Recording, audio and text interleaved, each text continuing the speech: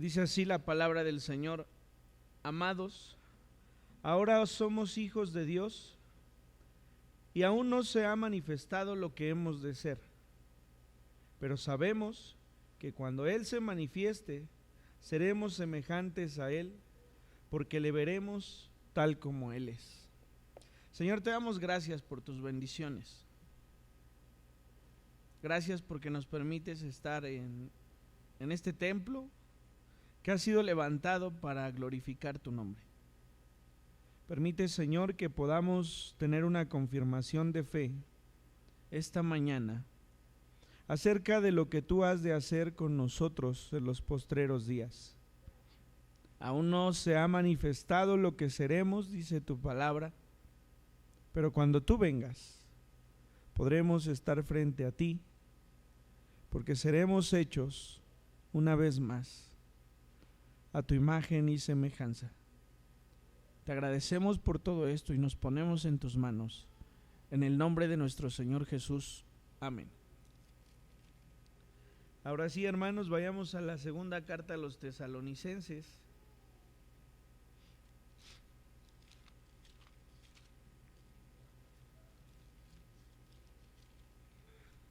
Es una carta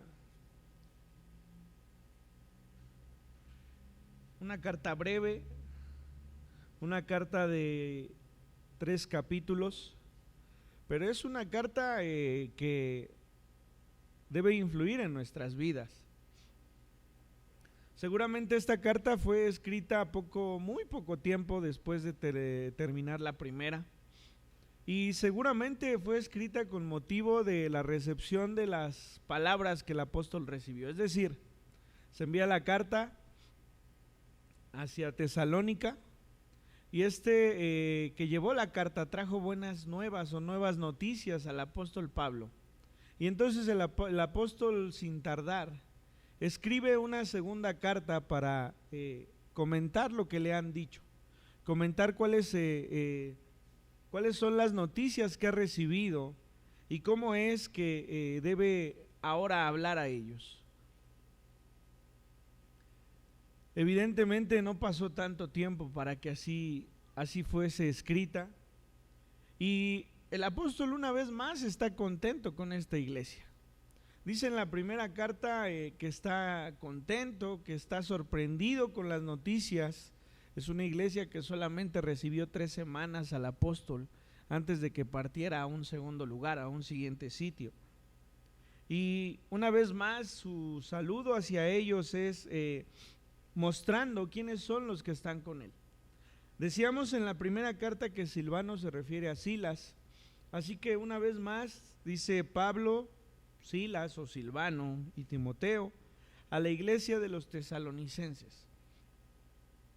¿Cuándo un lugar puede ser llamado iglesia? Entendemos que el templo es una estructura física en donde se congregan las personas.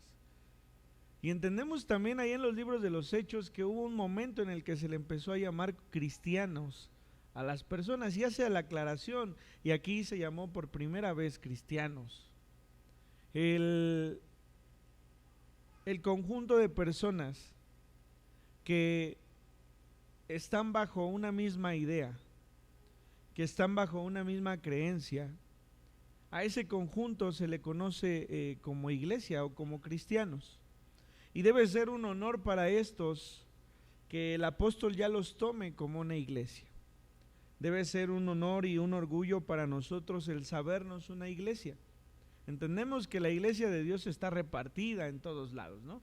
Que el conjunto de los templos que se encuentran en diferentes partes, pero que tienen una misma creencia, nos hace ser iglesia. Así que Pablo hoy a ellos los llama como iglesia, reconociendo que estos son parte de la iglesia del Señor Jesucristo. Gracia y paz a vosotros, dice el versículo 2, de Dios nuestro Padre y del Señor Jesucristo. Debe siempre alertarnos, asombrarnos, emocionarnos, que se nombre a Dios Padre y al Señor Jesucristo como dos diferentes formas de nuestro Dios, como dos personalidades distintas de nuestro Dios. Porque esto da también solvencia, da solidez al hecho de entender y creer que tenemos un Dios trino, un Dios Padre, Dios Hijo y Dios Espíritu Santo. Y dice, los tres son uno solo son. Dios no comparte su gloria con nadie. Y si nombra al Señor Jesucristo a la misma altura de Dios Padre, quiere decir que también es Dios. Esto haciendo más sólida la creencia de que tenemos un Dios trino. Posteriormente dice, debemos siempre dar gracias. Y ese debemos es una obligación, una carga, es una tarea que el apóstol entiende como una deuda. Cuando nosotros tenemos un deber, es porque tenemos una obligación de hacerlo. Pero más que una obligación del apóstol, él lo ha tomado como la forma de venir delante de Dios, como agradecimiento por estos que han actuado de la mejor manera. Dice, debemos siempre dar gracias a Dios por vosotros, hermanos, como es digno. Es digno que yo ore por ustedes. Es digno que yo interceda por ustedes. Como diciendo, ustedes se han ganado que yo tenga por obligación orar por ustedes. Y les da un porqué. Por cuanto vuestra fe va creciendo y el amor de todos y cada uno de vosotros abunda para con los demás. Si hacemos memoria en la primera carta, el apóstol hace referencia a la fe, al amor, y dice, si algo tienen que hacer, es abundar en amor para con los demás. Y decíamos, es una enseñanza que el apóstol da a la iglesia, de lo que la iglesia debe hacer. Pero entonces está reconociendo que ni tardo ni perezoso el que está en Tesalónica ha respondido al llamado del apóstol. Debo siempre dar gracias a Dios por ustedes, porque vuestra fe va creciendo y el amor de todos y cada uno de vosotros abunda para con los demás. Esto es respuesta a una noticia que ha escuchado el apóstol. Ha regresado el que llevó la carta y le dijo, ¿qué crees? Estos hombres asombran por la fe como ha crecido su fe. Estos hombres asombran porque unos a otros se tratan con amor. Se perdonan los unos a otros cuando se agravian. Se enlazan siempre en un abrazo cada que termina la reunión. Buscan cubrir la necesidad unos por otros. Eso es el amor. Si hay amor entre nosotros, procuremos siempre estar atentos a lo que nuestro hermano necesita. Si necesita una oración de fe, hagamos esa oración de fe. Si necesita que le ayudemos cada día porque tiene una necesidad económica, busquemos atender esa necesidad que él tiene dentro de las posibilidades que hay en nuestra vida. Si ese hermano necesita que nosotros podamos acudir a él en la enfermedad, hagámoslo, porque esto muestra el amor. Y dice el apóstol, debo orar por ustedes, me siento en deuda con ustedes, porque aquel que envié con la carta ha regresado a decirme que cada uno de ustedes ha cumplido con este menester, y no puedo sentirme más contento por ello. Tanto que nosotros mismos, dice, nos gloriamos de vosotros en las iglesias de Dios, por vuestra paciencia y fe, en todas vuestras persecuciones y tribulaciones que soportáis. Tanto que nosotros mismos nos gloriamos de vosotros. Es decir, hemos sabido del resultado que hay entre ustedes, que nosotros mismos podemos decir en las iglesias, debemos ser como aquella iglesia en Tesalónica. Porque esa iglesia en Tesalónica ha crecido en fe, y ha crecido en amor, y ha crecido en paciencia. Nosotros, hermanos, tenemos la obligación de que nuestra iglesia sea ejemplo para los demás. No por orgullo propio, sino porque es atender a la obediencia del mandato de Dios. Qué bonito es que algún pastor que viniese, fuese a su iglesia y dijera: la semana anterior tuve la oportunidad de estar en el templo Maranata, y ahí los hermanos están llenos de fe, se atienden con amor unos a otros, ha crecido su paciencia ante las tribulaciones y los problemas que hoy tienen. Ojalá pudiésemos ser como ellos, no por orgullo propio, pero debe ser un reconocimiento de Dios. Así como el apóstol se sintió en deuda, cualquiera de nosotros se sentiría en deuda por algo así. Entonces inicia por este reconocimiento que bien se han ganado estos hombres. Estos segundos versículos, a partir del versículo 5 y hacia el versículo 12, muestran el propósito de la carta.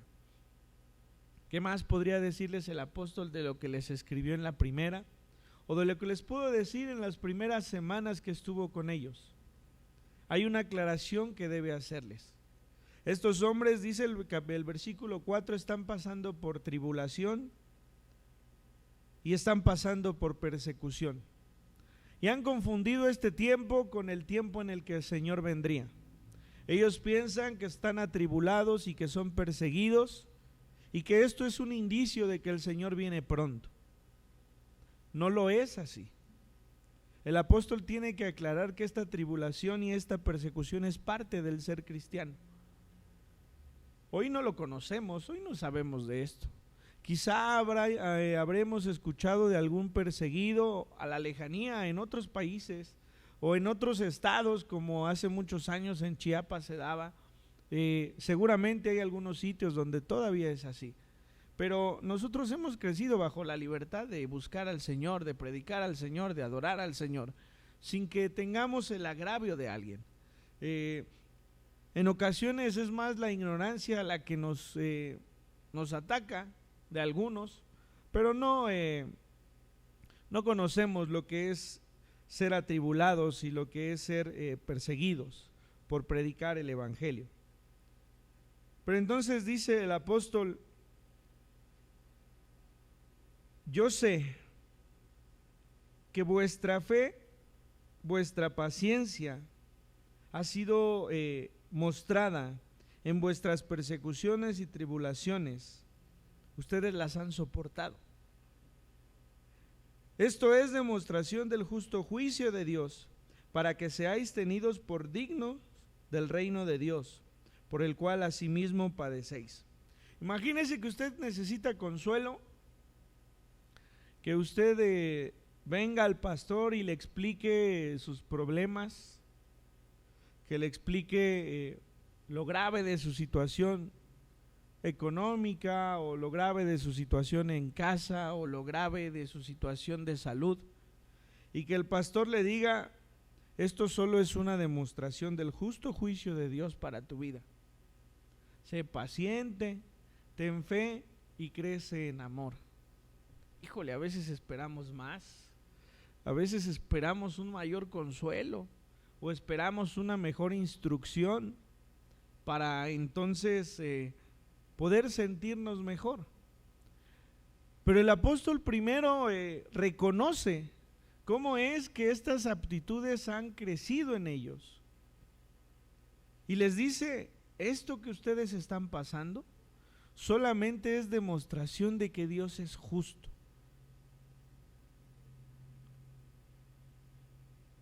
Dice el versículo 6: porque es justo delante de Dios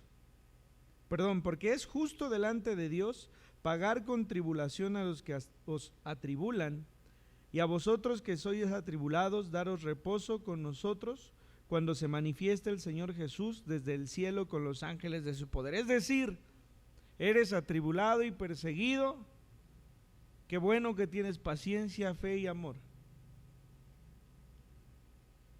Será justo cuando estos que te atribulan reciban del Señor tribulación.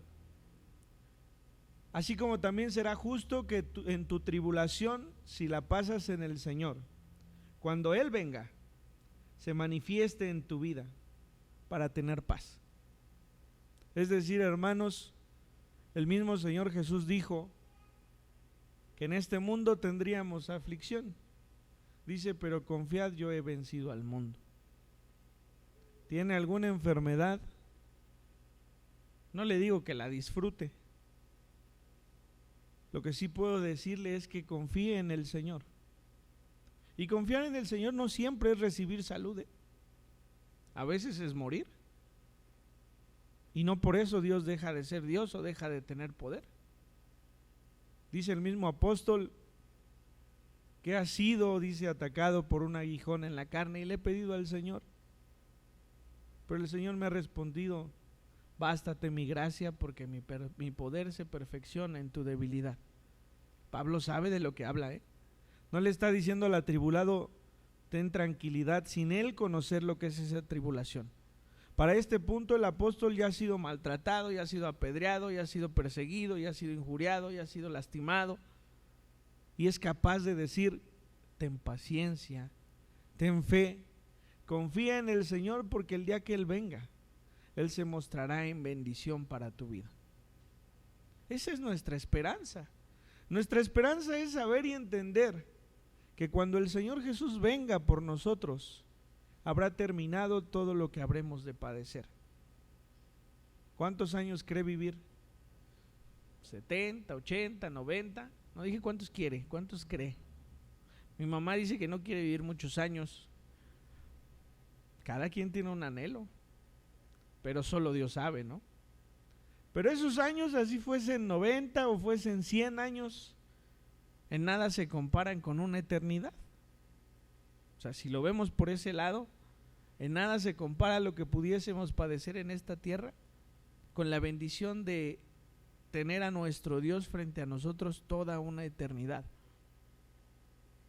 ¿Qué conlleva el tener a Dios frente a nosotros? Paz, un cuerpo que no se enferma, una mente que no se entristece, un rostro que no llora, que no derrama lágrimas. Eso es lo que conlleva.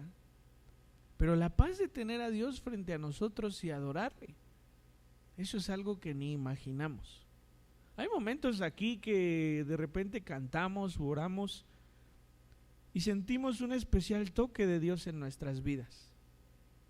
No siempre, pero estoy seguro que cada uno de ustedes en algún momento lo ha sentido. Y quisiera que ese tiempo no terminase, porque Dios muestra su paz para con nuestras vidas. Ahora se imagina vivir todo eso en la eternidad, que no sea por momentos, sino que sea siempre. Se imagina venir delante de Dios y que el Señor un día le tome y le abrace. No necesitará consolación porque no estará triste. Les voy a leer un versículo que me sorprendió.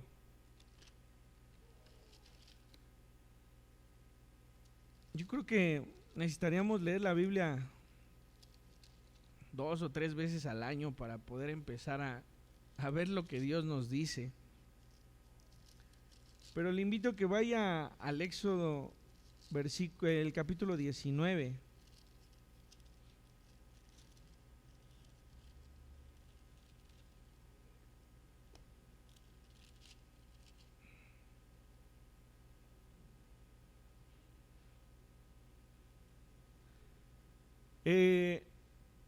Ahí en el Éxodo 19 se encuentra el pueblo preparándose para que el mismo Dios se presente delante de Moisés y Aarón ahí en el monte Sinaí. Es decir, están a punto de recibir los mandamientos de parte de Dios. Y dice este capítulo 19 en el versículo 3: y Moisés subió a Dios, y Jehová lo llamó desde el monte, diciendo: así dirás a la casa de Jacob, y anunciarás a los hijos de Israel. Le va a hablar a este pueblo que ha salido de Egipto: vosotros visteis lo que hice a los egipcios, y cómo os tomé sobre alas de águilas, y os he traído a mí. Ahora pues, si diereis oído a mi voz, y si guardareis mi pacto, vosotros seréis mi especial tesoro sobre todos los pueblos, porque mía es toda la tierra. Y vosotros me seréis un reino de sacerdotes y gente santa. Estas son las palabras que dirás a los hijos de Israel. Imagínese que el Señor se presente con usted en medio de la oración y con una voz audible, como pocos han disfrutado de escucharlo así. Le diga por su nombre. Le diga: Jonatán, ahora pues, si dieres oído a mi voz y guardares mi pacto, tú serás mi especial tesoro. Vea lo que le está diciendo Dios a este pueblo que Dios sabe que es ingrato. Y hoy se lo dice a usted.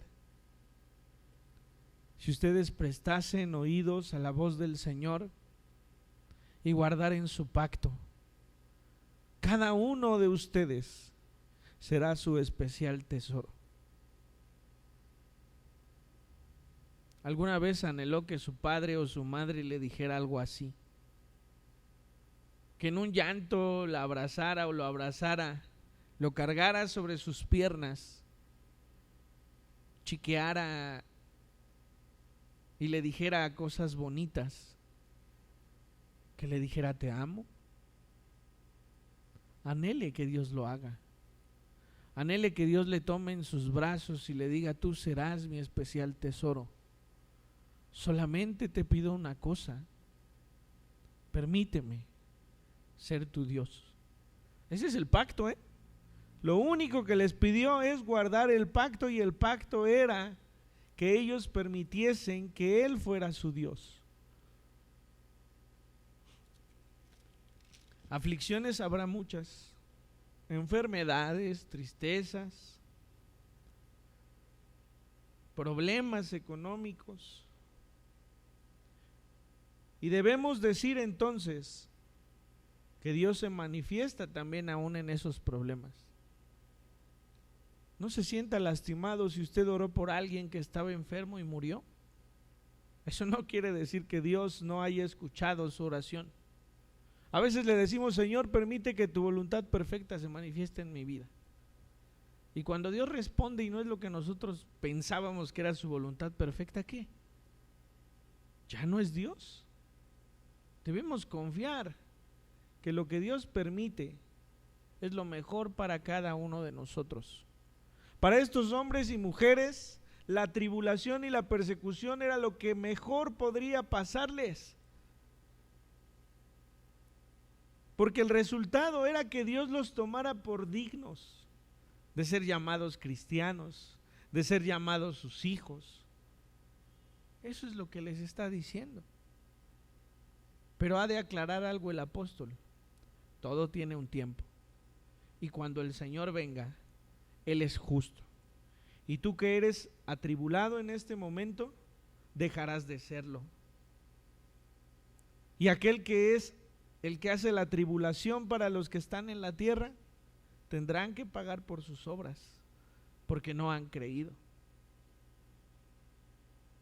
Dice, retomando el versículo 6 y 7, porque es justo delante de Dios pagar con tribulación a los que atribulan.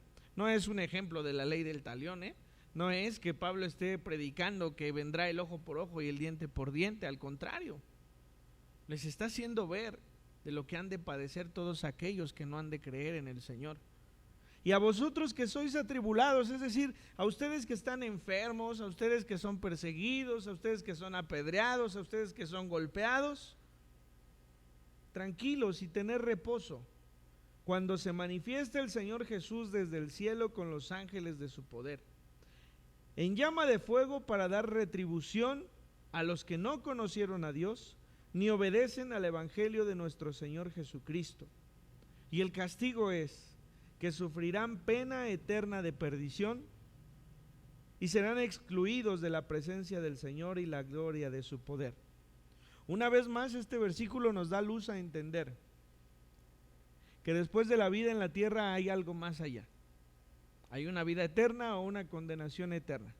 No dice que serán aniquilados, no dice que desaparecerán de la faz de la tierra, no dice que dejarán de existir. Dice que todos estos que no conocieron la voz del Señor, que no conocieron a Dios, que no obedecen el evangelio de nuestro Señor Jesucristo, sufrirán pena de eterna perdición. Esto es una condición, una condenación eterna. Y lo más importante es que serán excluidos de la presencia del Señor y de la gloria de su poder. ¿Qué hace entonces para los que sí hemos escuchado el evangelio de Dios? Estaremos ante la presencia de Dios. Y ante la presencia de Dios, como cantábamos, en su majestad podemos ver su gloria. Hermanos, nosotros debemos entender que seguimos siendo pecadores, pero ahí es donde se encuentra la misericordia y la gracia de Dios. Nosotros debemos vernos como pecadores aún, pero el Señor nos ve como santos. ¿Por qué debemos vernos como pecadores? Porque de esa manera entendemos que tenemos que estar con Dios constantemente, que necesitamos del Señor Jesucristo constantemente. No quiere decir que nos perdamos cada que pequemos. Lo que sí quiere decir es que comprendamos que estamos en deuda con Él. Y la misericordia está en el hecho de entender que Dios no nos ve así, no nos ve como nosotros nos vemos. Él nos ve santos y nos ve puros y nos ve dignos de ser llamados sus hijos. Dice el versículo 10: cuando venga en aquel día para ser glorificado en sus santos y ser admirado en todos los que creyeron. El Señor ha de venir. Y dice que cuando Él venga, será glorificado en sus santos, es decir, en nosotros, con ese cuerpo transformado, con ese cuerpo incorruptible, se verá la gloria de Dios. El Señor Jesucristo resucitó, y resucitó en ese cuerpo que fue lacerado, que fue maltratado, que fue escupido, que fue lleno de latigazos, que fue perforado. Ese cuerpo fue el que resucitó.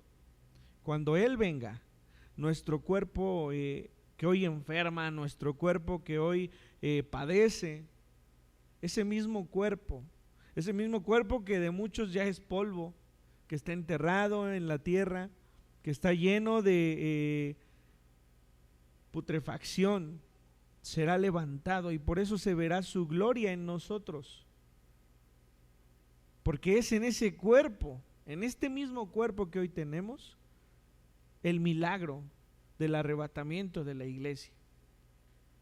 Entonces dice que seremos glorificados, que a través de nosotros, a través del vernos a nosotros, su nombre será glorificado. Dice, y también cuando venga, dice, será admirado en todos los que creyeron. Pero es una admiración que no tiene una explicación. El admirar al Señor cuando venga no tiene en nuestras mentes siquiera un indicio de cómo será. No podemos entender. Hay un canto por allí que dice, no puedo imaginarme. No puedo imaginarme qué va a pasar cuando yo esté frente a ti. Caeré de rodillas, me voy a postrar, voy a llorar, voy a cantar de alegría, voy a reír. No tenemos idea de lo que va a suceder cuando estemos frente a Dios. Porque si hoy nos complace adorarle, cuando estemos frente a Él, eso es lo que llenará nuestra vida por completo. No tendremos más ambiciones de lo que esta tierra nos da. No tendremos más preocupaciones de lo que esta tierra nos da. No querremos lograr algo en el trabajo o algo en nuestra casa o algo no será ese nuestro estado, nuestro sentir. El que esté frente a nosotros, nuestro Dios, y nos permita verle, eso llenará nuestras vidas por completo. Será una admiración, como dice la Escritura aquí, en todos los que habremos de creer. Dice, por cuanto nuestro testimonio ha sido creído entre vosotros, es decir, por cuanto este evangelio que hemos llevado a ustedes ha sido creído por cada uno de ustedes. Por lo cual, asimismo, oramos siempre por vosotros, para que nuestro Dios os tenga por dignos de su llamamiento y cumpla todo propósito de bondad y toda obra de fe con su poder. Esta oración es una oración constante del apóstol y es una oración constante del pastor y es una oración constante del misionero y es una oración constante del evangelista. Es una oración constante. Que el Señor tome por dignos a todos aquellos a los cuales se les ha hablado el evangelio. Dice, oramos para que nuestro Dios os tenga por dignos de su llamamiento. ¿Cuál llamamiento? El llamamiento a la salvación.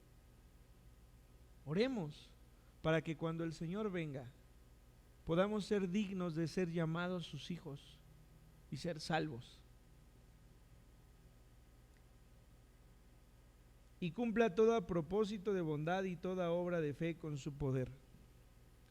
Si se dice que las obras dignas de arrepentimiento son deuda para todos nosotros que hemos creído en el Señor, el apóstol ora para que estas obras, para que esa bondad y esa fe sean manifiestas en los hermanos.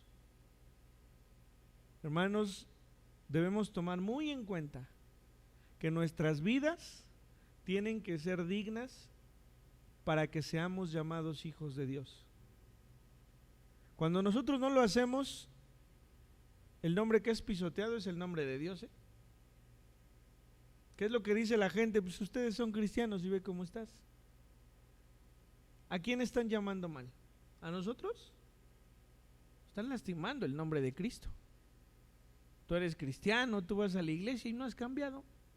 De todas maneras te enojas, de todas maneras peleas. Tú deberías demostrarle amor a aquel, ¿no? Entendamos algo. No es obligación de los que están allá afuera el amarnos a nosotros. Si es obligación nuestra amarles a ellos. Pero es que él tuvo la culpa. Tu obligación es amarle. Pero es que yo, ¿por qué le voy a hablar? Porque es tu obligación amarle. Si usted ha entendido, como dice este capítulo, que los que no creen en el Señor se van a perder y van a estar fuera de su presencia, debería ser suficiente para que siempre, no una vez, siempre doble las manos por su familiar, por su padre, por su hermano, por sus hijos, por su pariente, por el que vive en la calle, por su vecino. Porque si no escucha la voz del Señor, se va a condenar eternamente. Alguien le robó, alguien le asaltó, alguien le golpeó, alguien le lastimó, ore por él. Porque si no se arrepiente antes de que el Señor venga, lo que le espera es la condenación eterna. Y en un hijo de Dios como lo somos nosotros, no debe caber el deseo de que la venganza del Señor caiga sobre él. No debe caer el deseo de que ese sea atribulado como hoy atribula a los demás. Nuestro deseo debe ser que esa persona atienda al llamado de la voz del Señor. Esa es nuestra tarea. Estas son las cosas por las cuales el apóstol ora. Dice, oramos siempre para que nuestro Dios os tenga por dignos de su llamamiento y cumpla todo propósito de bondad y toda obra de fe con su poder. Es decir, ruego a Dios para que ustedes y yo seamos bondadosos y nuestras obras de fe sean manifestadas para con los demás. Para que el nombre del Señor Jesucristo sea glorificado. Si usted aprende del amor y va con ese amor para los que le han lastimado, esa persona que también dice de repente usted es cristiano y vea cómo es, también dirá, algo está haciendo ese Dios en esa persona. No tenía por qué responderme así. Y termina diciendo, por la gracia de nuestro Dios y del Señor Jesucristo. Es decir, una vez más, no está en nosotros serlo. Dios es el que pone y el que trabaja en nuestras vidas para ser distintos. Si nosotros nos acercamos a Dios, nos vamos a empapar de lo que Dios es. Y Dios es amoroso, y Dios es misericordioso, y Dios tiene amor, y en Dios está la fe, y en el Dios está el querer como el hacer. Es nuestra obligación acercarnos para que todos aquellos reciban una palabra, y a veces la han de recibir en nuestra mansedumbre. Póngase en paz con los que le rodean. Está mal con su padre, con su madre, pónganse en paz. Lejos de ser nuestra obligación, esto traerá bendición por la obediencia que esto conlleva. Está mal con sus hermanos, está con sus hijos mal, está con sus vecinos mal. Seamos obedientes a lo que Dios dice. Esto traerá bendición. A nuestra consideración no merecen, nosotros tampoco merecíamos que Dios viniera, Nosotros tampoco merecemos que alguien nos perdone.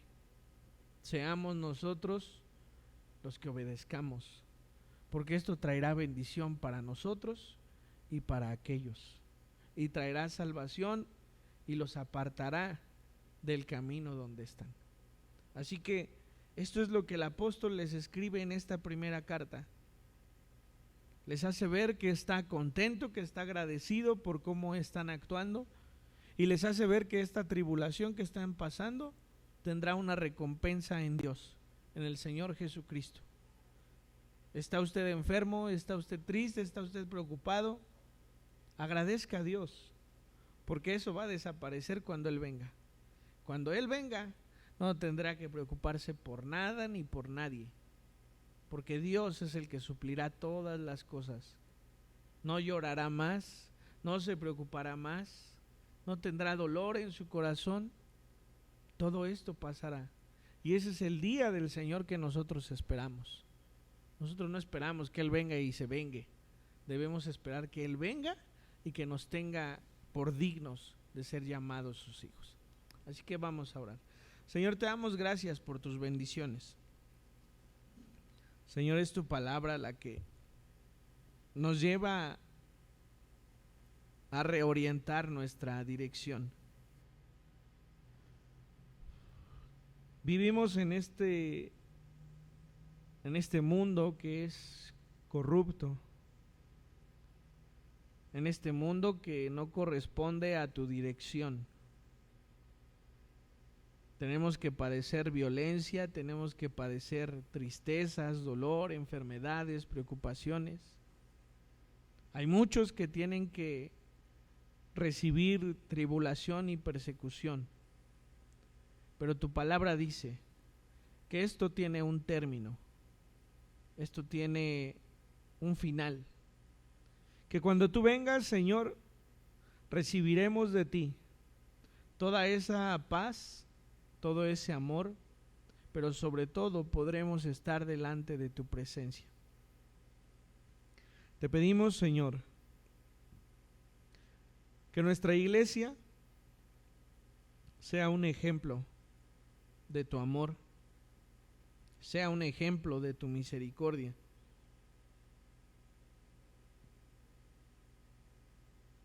Te pedimos que esta palabra que leímos en un principio, escrita por Juan, la tengamos presente y entendamos que aún no se nos ha revelado lo que hemos de ser, pero que cuando tú vengas, como dice el mismo apóstol Pablo, nuestro cuerpo corruptible será incorruptible y nuestro cuerpo mortal será inmortal.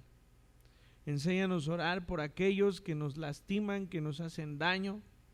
Enséñanos, Señor, a tener obras dignas de ti. Enséñanos a ser quien da el paso siempre para encontrar la tranquilidad y paz entre los nuestros. Enséñanos a responder al mal con bien, para de esta manera glorificar tu santo nombre. Te agradecemos por este día que tú has hecho, en el nombre de nuestro Señor Jesucristo. Amén.